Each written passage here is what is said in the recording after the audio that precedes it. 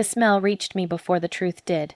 Thick, bitter smoke clung to the air as I stepped through the front door, crawling into my lungs like a warning I was too late to understand. For a moment I thought the house was on fire, that everything was gone.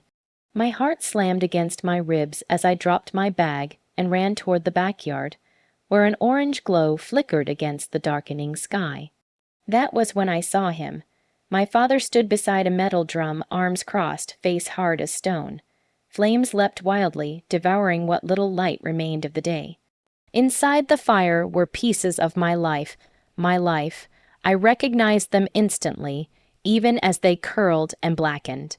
My school notebooks, my clothes, the old backpack I'd carried for years, a box of childhood photos.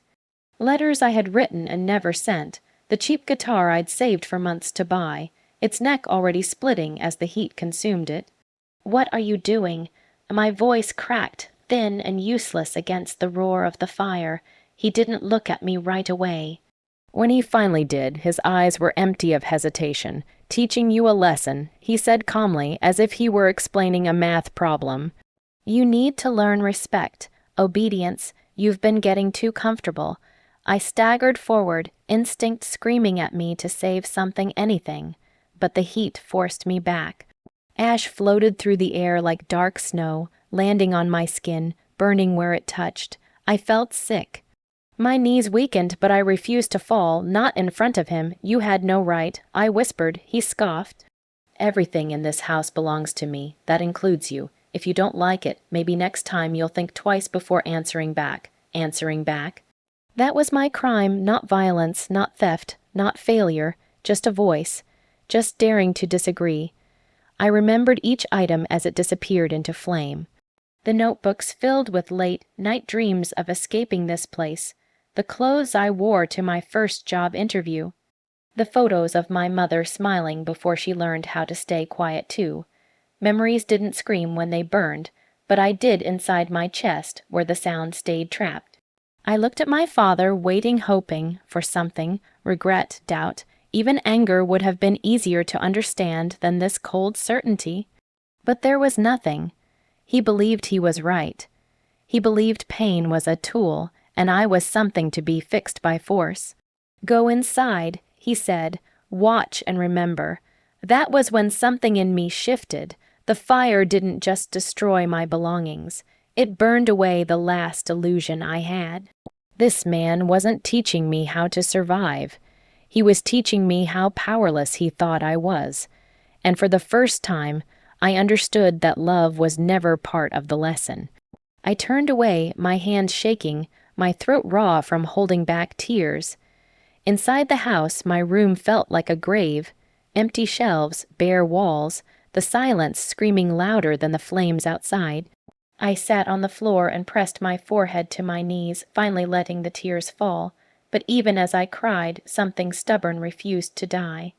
If he thought this would break me, he was wrong. He had taken my things, but he hadn't taken my mind. Or my future, or the quiet promise forming in my chest as the fire crackled outside. One day, I would leave this house with nothing. And one day after that, I would come back with everything. The morning after the fire, the house felt unfamiliar, like it no longer recognized me. The smell of smoke still lingered in the walls, soaked into the curtains and furniture, but my room smelled like emptiness. Where shelves once held books and small pieces of my life, there was only dust and pale rectangles on the wall, reminders of what had been erased. My father acted as if nothing had happened. He sat at the breakfast table, flipping through his phone, sipping his tea with slow, deliberate movements. When I entered the kitchen, he didn't look up, no apology, no explanation, just silence, heavy and intentional. "Morning," he said finally, his voice casual. I didn't answer.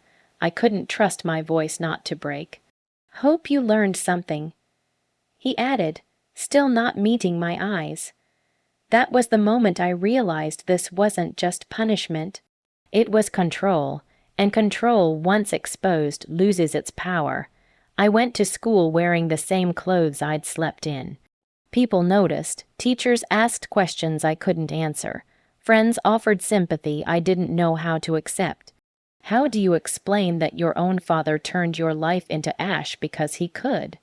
That day stretched endlessly, each hour heavier than the last.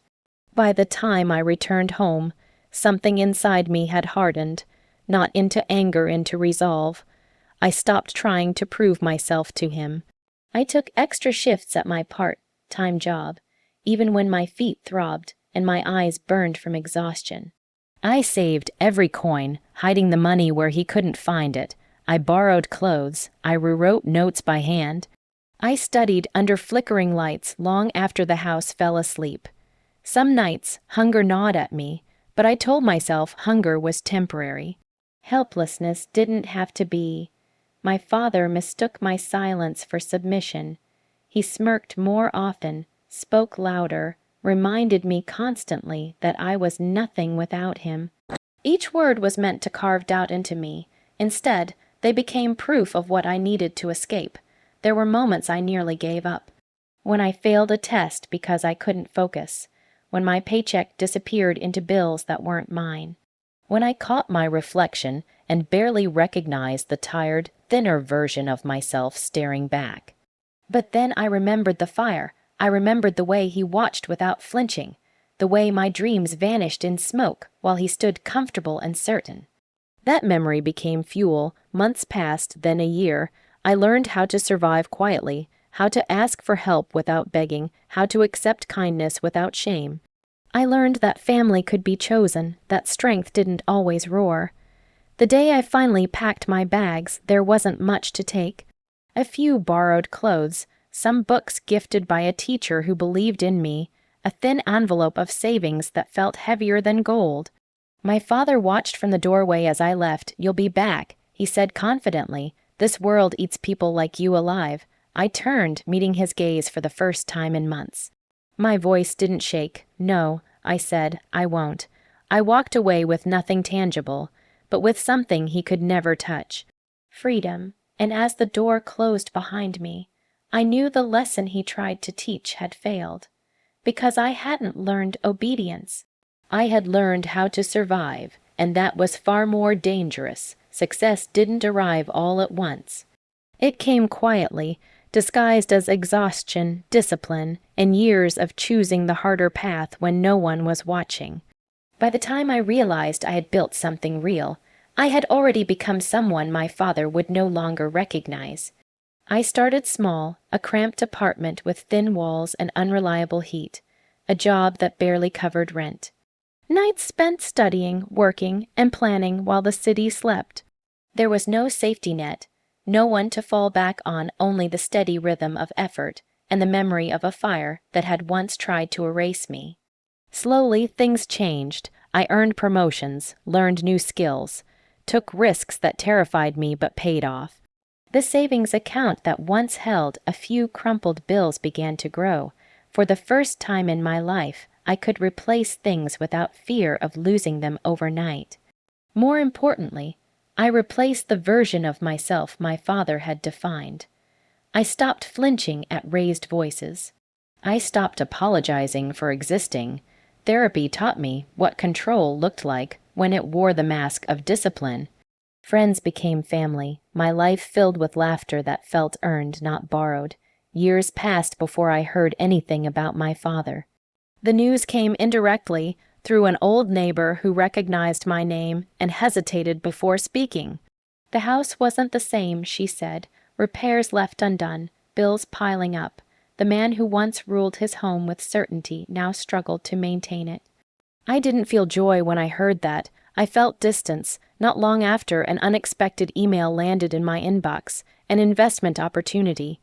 A house in my old neighborhood was being quietly listed. The price was low, too low. I opened the photos with steady hands. The walls, the windows, the backyard, the same place where my belongings had burned. For a moment, I couldn't breathe. The past rushed back in sharp fragments. The smell of smoke, the crackle of flames, my father's calm voice as he destroyed what little I had.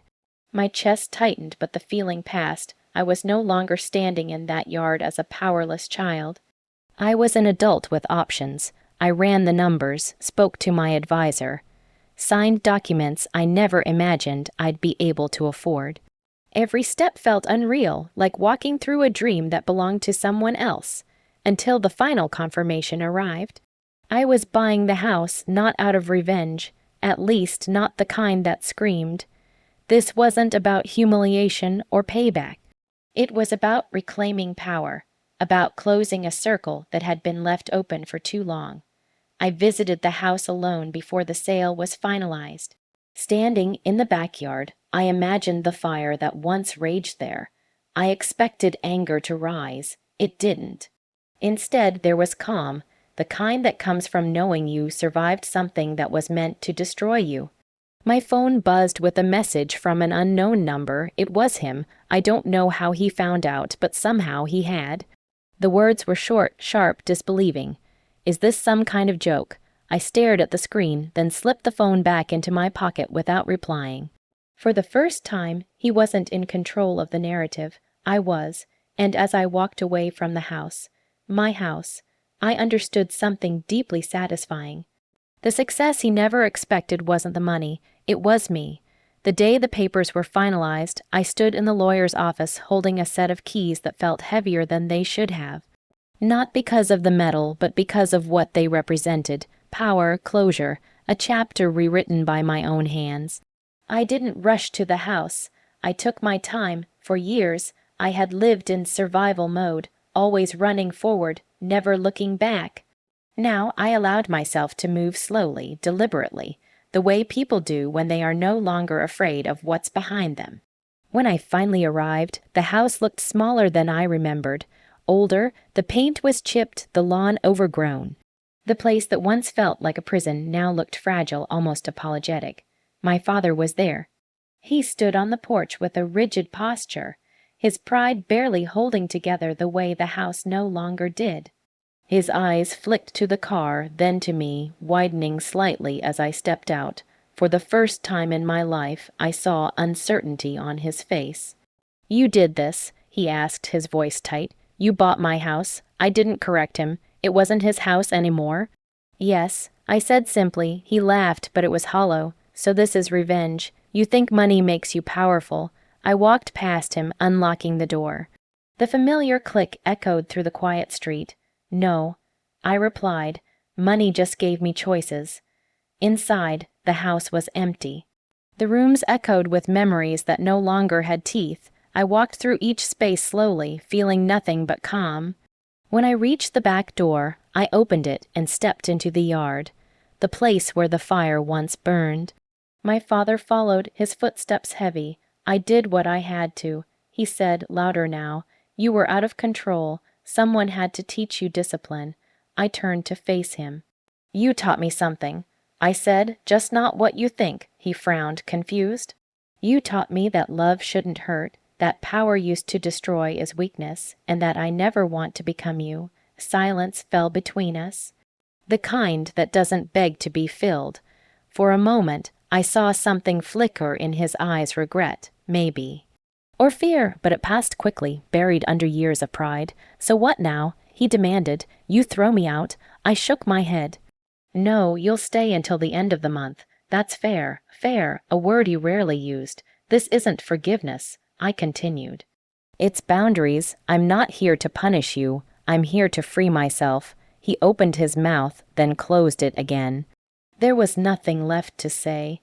As I walked back to the car, the weight I'd carried for years finally lifted.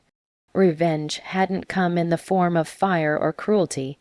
It came as dignity, as peace, as the quiet knowledge that I had won without becoming what hurt me.